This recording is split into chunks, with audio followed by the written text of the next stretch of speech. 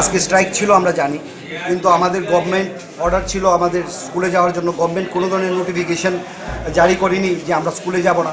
So আমাদের পরীক্ষা ছিল, আমাদের ক্লাস 12-এর ফিলোসফি এক্সাম ছিল, আমাদের যেতে হবে। আমাদের যে এইচএম উনি ছুটি নিয়েছেন।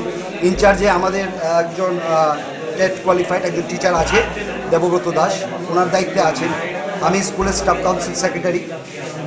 তা আমাকে যারা ফোন করেছে, যেহেতু গভর্নমেন্ট বলেছে যেহেতু কোনো ধরনের আমাদের কোনো নোটিফিকেশন হয়নি যে এর আগের বন্ধে যেটা হয়েছিল যে পরীক্ষা হবে না, আমরা গিয়েছি।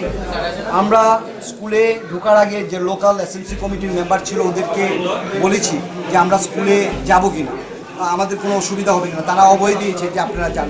আমরা গিয়ে যথারীতি আমরা পরীক্ষা শুরু করেছি।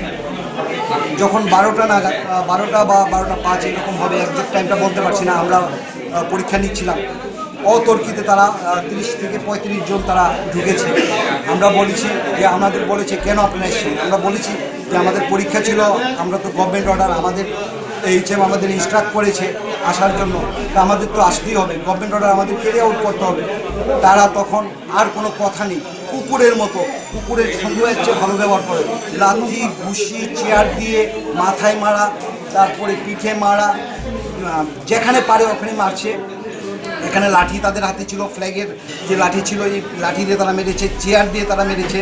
তারপর আমাদের যে সিনিয়র টিচার, 1 মাস পরে না 2 মাস পরে উনি রিটায়ারমেন্টে যাবেন, উনি রিকোয়েস্ট করেছে উনাকে ফেলে লাঠি, কারোর নাক ফেটেছে, কারোর মাথা ফেটেছে, আমার জন্য বুকে পড়েছে, মাথাতে পড়েছে আমার।